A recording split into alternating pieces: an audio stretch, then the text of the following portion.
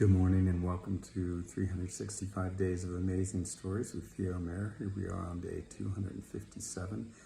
I'm continuing the story of Nur al-Din Ali ibn Bakar and the slave girl Shams al-Nahar from 1001 Arabian Nights. Now, you might remember that after Shams al-Nahar and Nur al-Din have been locked up in this room overnight, that the jeweler came, and one of the thieves knew of him, and so knew that it was his house that had gotten broken into. They had witnessed him moving all this expensive cutlery of gold and silver into the house, and so they had already staked out the whole thing. They knew they were going to rob that house that night. And it just so happened that all the people were there. Now the maids had taken off. They fled and were able to get away. And they were not enamored by anything. They were in service and working. Basically, so was the jeweler. It was Nur al-Din and Shams al-Nahar who were so locked in love with each other that they really couldn't move when those robbers came in. And Shams al-Nahar, she was so bedecked with jewelry and beautiful clothing that she would have had a hard time getting away very quickly at all anyway. And two of them, weak with love. So the robbers had insisted that the jeweler tell them the truth, which he did. And once they had found out who Shams al-Nahar was, they knew that they had a fish that they could not hang on to. They better throw that fish back. And so they did everything they could to graciously take these people back to where they could get on with their lives. They were rowed across, and remember that the night guard for that area had found them and the robbers, basically just as they had disembarked from the boats. And as quickly as they could, the robbers jumped back into the boats and pushed offshore. No guns to shoot at them with. They rowed away. Captain of the guard, remember now, once he found out what the story was from Shams al-Nahar, who told him something, probably pretty close to the truth. Horses were given to the three of them, the jeweler, Nur al-Din, Shams al-Nahar, and they made their way toward the city of Baghdad, along the road that ran along the river, eventually coming to a dock where Shams al-Nahar and a couple of his guards were put into a boat and sent down river, and very quickly after that, the jeweler and Nur al-Din were sent off in another boat. Now the boats were drifting down the river, the two in sight of each other. Nur al-Din's heart swept away. Shams al-Nahar, her entire being in a flutter.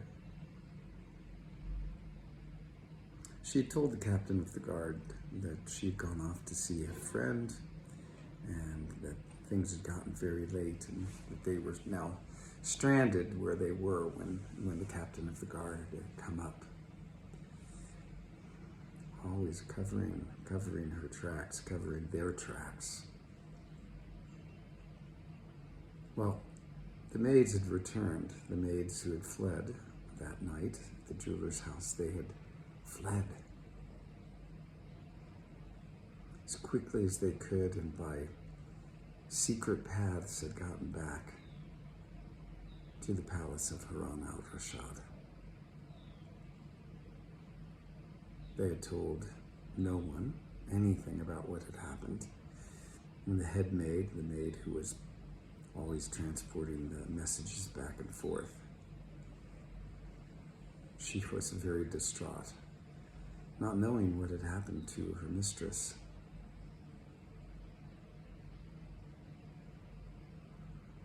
She kept watch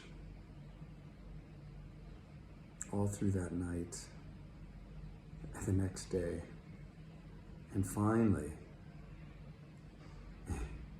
Past midnight, she saw a boat approaching on the river, and she immediately ran down to the dock in hopes that it was Shams al-Nahar, and it was. She called for the other two maids, all who were in on what had been going on, all who were to be trusted.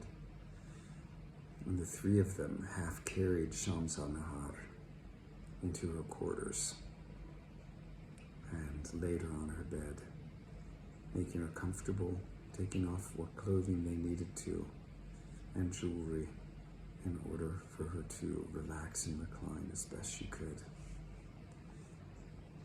It said that she slept the remainder of that morning, all through the day, and all through the next night. Now the jeweler and Nur al-Din were taken to another dock that was close to the quarters in which they lived. And there they disembarked.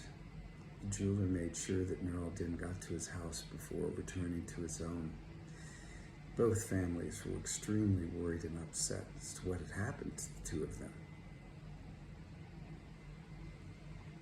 Nur al-Din's family had been thinking the worst, and they had even implicated the jeweler in his disappearance.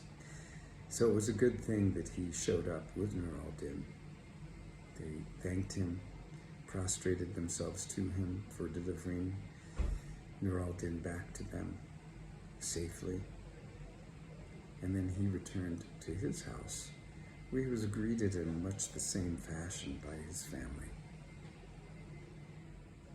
He was exhausted. Both of them were exhausted. And all they could do was think to lay themselves down safely in their own beds, which they did. It was not long before sleep overtook them, and long sleep it was. Just as Shams al-Nahar, they slept through the morning hours, what were left of them, all through the next day and through the next night. Finally, the jeweler awakened and wondered what he had gotten himself into. Repented.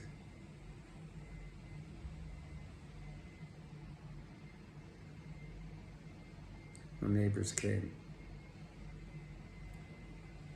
Some came and they were after him for their goods, for word had traveled that they had things stolen. Others consoled him. Others expressed gladness that he was still alive.